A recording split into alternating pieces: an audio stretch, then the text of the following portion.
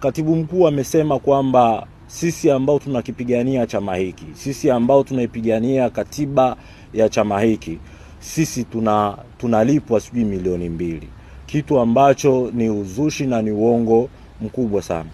Najaribu kuwaza hivi, CCM ni namna gani ambavyo wanaipenda Chadema?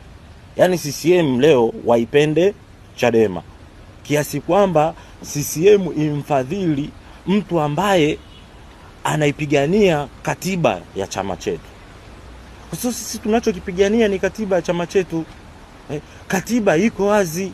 Kama kuna jambo lolote, wajibu wa mwanachama mmoja wapo ni kupinga uovu wowote ule ambao unafanyika.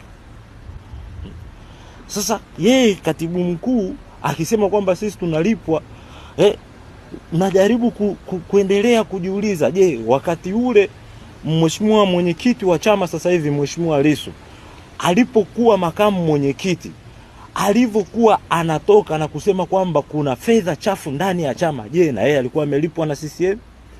Lakini makamu mwenyekiti wa sasa hivi Bwana John Heche, naye wakati anatoka mwaka 2024 mwishoni na mwaka 2025 mwanzoni akisema kwamba ndani ya chama kuna fedha chafu, je, na yeye alikuwa amelipwa na nani? Kwa hiyo Mheshimiwa Katibu Mkuu asichafue watu na asiongee uongo.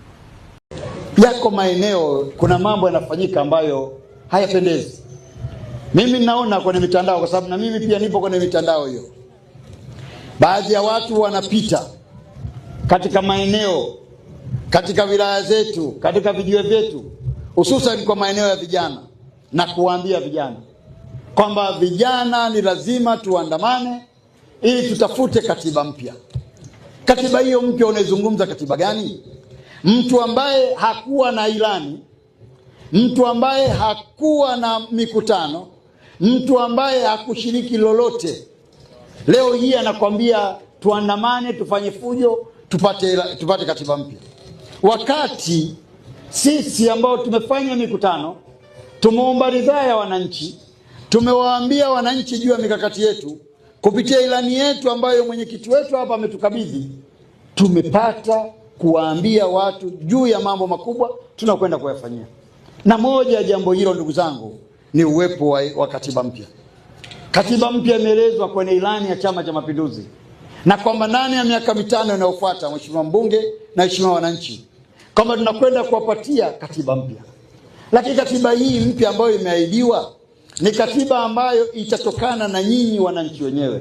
Sio katiba ambayo itajazwa na sisi viongozi ambao tamaa yetu kubwa ni kugawana vyeo, alafu baadaye tutembee na maviesi tuone nchi yote ya kwetu.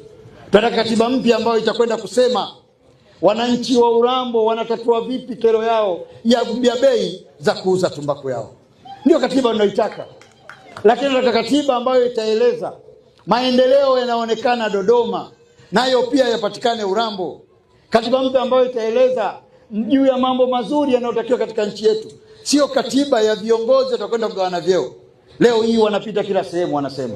Tuwaulize, haya maneno mmeyatoa wapi? Tuendelee kuitunza amani yetu, tuendelee kuipenda Urambo wetu, tuendelee kuipenda Tanzania.